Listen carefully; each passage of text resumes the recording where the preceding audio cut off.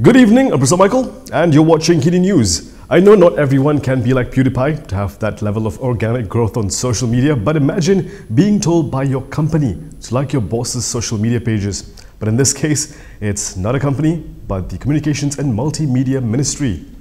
Civil servants under the Communications and Multimedia Ministry have allegedly been issued an order to like and follow the social media accounts of its Minister, Deputy Minister and Secretary General.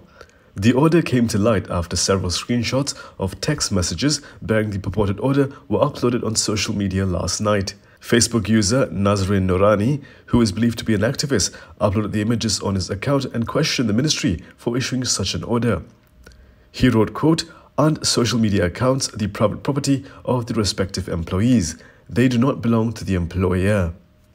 He also claimed in the case of staff members who did not have social media accounts, they were ordered to open accounts with Facebook, Instagram and Twitter. According to the screenshots, the ministry's top management had allegedly decided during a meeting to request all staff under the ministry and its agencies to follow the ministry's main social media accounts. This included its Minister Safruddin Abdullah, Deputy Minister Zahidi Zainul Abidin and Secretary General Muhammad Mantik. With this information, Malaysiakini reached out and spoke to several ministry staff members and found that the order was issued about a week ago. These civil servants confirmed that there was such an order but requested to remain anonymous as they were not authorized to speak to the media. They said the instruction was issued to all agencies, including the ministry's media arms, Bernama and RTM, and it applied to all staff, including journalists attached to the bureaus nationwide. And that's not all. One of them said that staff members were told to list the URL for their own social media accounts so that the accounts can be checked if they have liked and followed the order. The silence of MCA, MIC and GPS is the reason why PAS has been making the kind of statements it's been making, according to DAP. MCA, MIC and Gabungan Parti Sarawak are to be blamed for PAS goal to gerrymander in favour of one religious group, according to DAP Secretary General Lim Guaneng. Lim said PAS stated goals were not only in violation of Schedule 13 of the Federal Constitution, but Malaysia's electoral borders were already severely malproportioned. In a statement, he said PAS wants to put in an additional perversion to the value of one person, one vote and principle of equal representation in a democracy by lashing on the toxic mix of race and religion.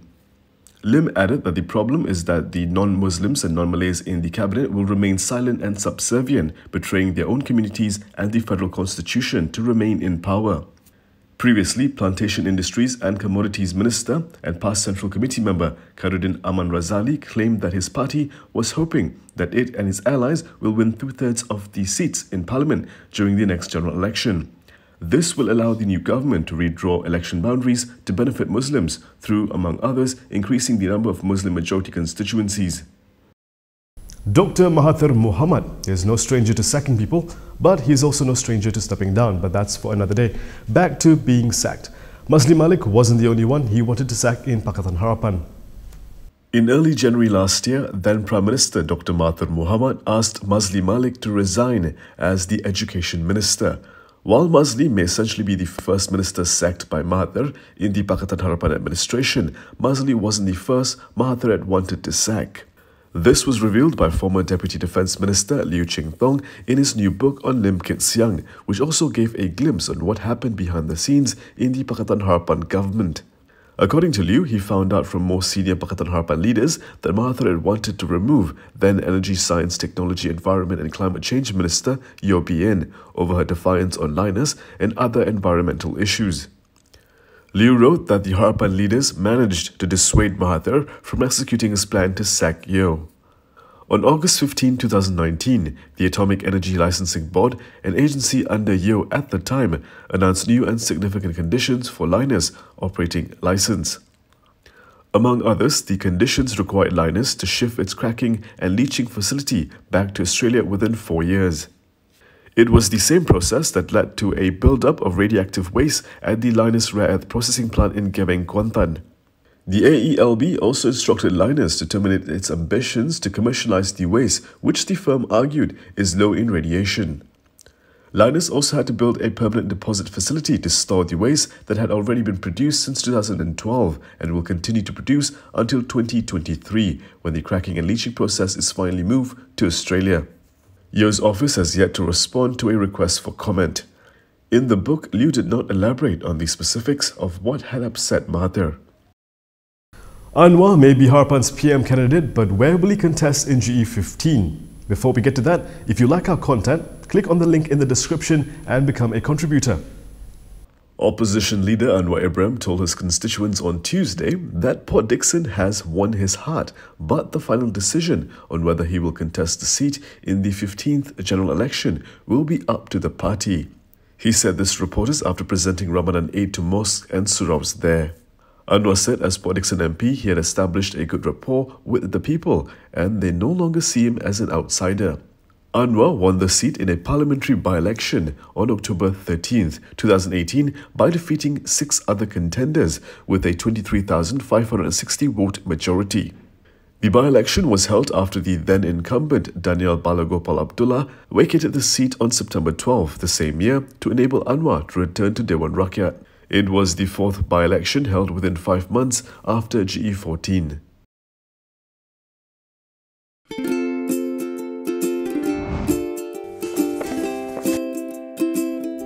Shellfish, red meat, and beer. If you love indulging in these foods, you may end up with high uric acid level in your blood. These foods consist high level of purine, a substance that will eventually break down into uric acid and be excreted through our urine. It is recommended that the amount of dietary purines should be kept between 600 to 1000 milligrams per day. Having too much uric acid in your blood can cause attacks of gout. It can also cause kidney stones and blockage in the kidney. The crystallization of the excessive uric acid in your blood can be eased by reducing purine-rich food to only 100 to 150 milligrams daily, maintaining a healthy lifestyle, and consuming urinary alkalinizer like Ural. It consists of sodium bicarbonate, citric acid, and sodium citrate that increases the urinary pH and solubility of uric acid to prevent crystallization. Best of all, it's lemon-flavored and sugar-free. Ural, effective urinary alkalinizer. Neutralize your uric acid problem now.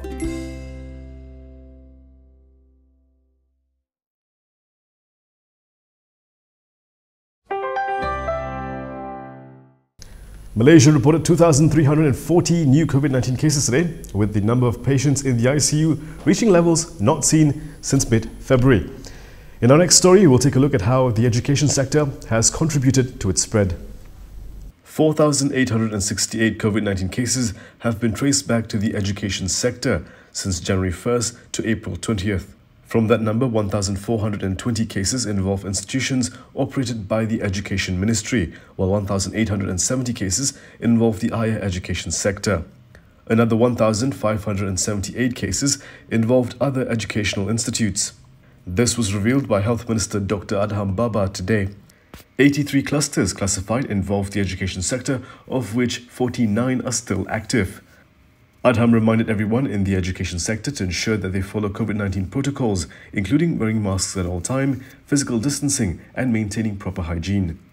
Meanwhile, a 10,000 ringgit compound was imposed on a mosque in Pekan yesterday, with hopes from the local health authority that it will be a lesson to the management of other mosques in Pahang to comply with COVID-19 prevention SOPs.